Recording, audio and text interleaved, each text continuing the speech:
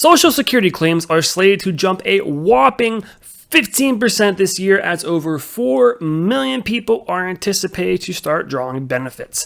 This is an increase of 525,000 people as compared to the year before.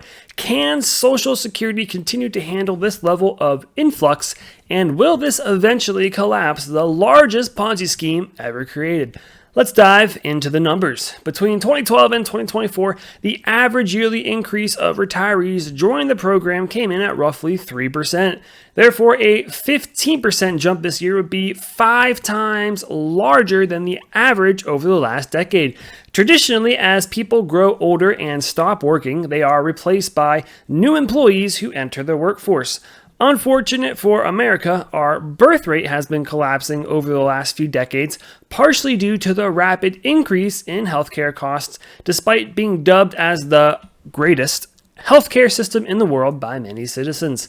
A study from 2020 found that the average out-of-pocket expense to have a child increased by 49% between 2008 and 2015 alone, increasing from $3,069 to $4,569.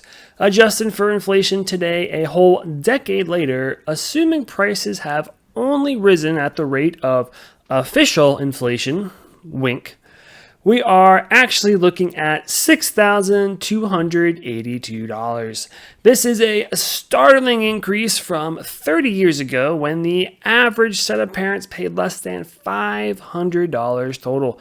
Believe it or not, once upon a time, healthcare was actually affordable in America. So, why does the birth rate matter anyway? Well, as it turns out, when the number of retirees grows faster than the workers paying for them, the cash in the pile begins to deplete quicker and quicker each year. If this 15% increase in retirees does indeed come to fruition, new projections are saying Social Security could be depleted as soon as early 2030. Wow. Not to mention, in January, more fuel was added to the fire via the passage of the Social Security Fairness Act, which boosted Social Security benefits to those who earned a pension and did not have Social Security withheld from their paycheck.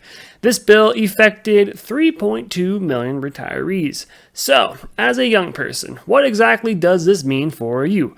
Well, given the raw data, if this trend continues and we see no cuts or changes to the program, it is safe to say that Social Security Fund will be depleted by, at the most optimistic guess, 2034, which is less than a decade away. Therefore, if you are under 50 and are hoping to receive these lovely monthly payouts at age 62, you might want to reconsider your strategy. Unfortunately, our government has made it very clear that they could care less about young people, as instead of suggesting program cuts or modifications to stop this collapse, they are taunting eliminating income taxes from these benefits and increasing the amount paid out to the recipients. This sounds fine and dandy until you realize that there are multiple generations paying into a bloated and broken system that is surely headed for failure.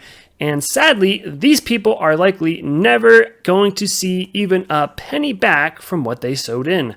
For the average worker earning $50,000 per year at a 3% annual raise over the course of 40 years between the employee and the employer, they will have paid $589,000 into the fund.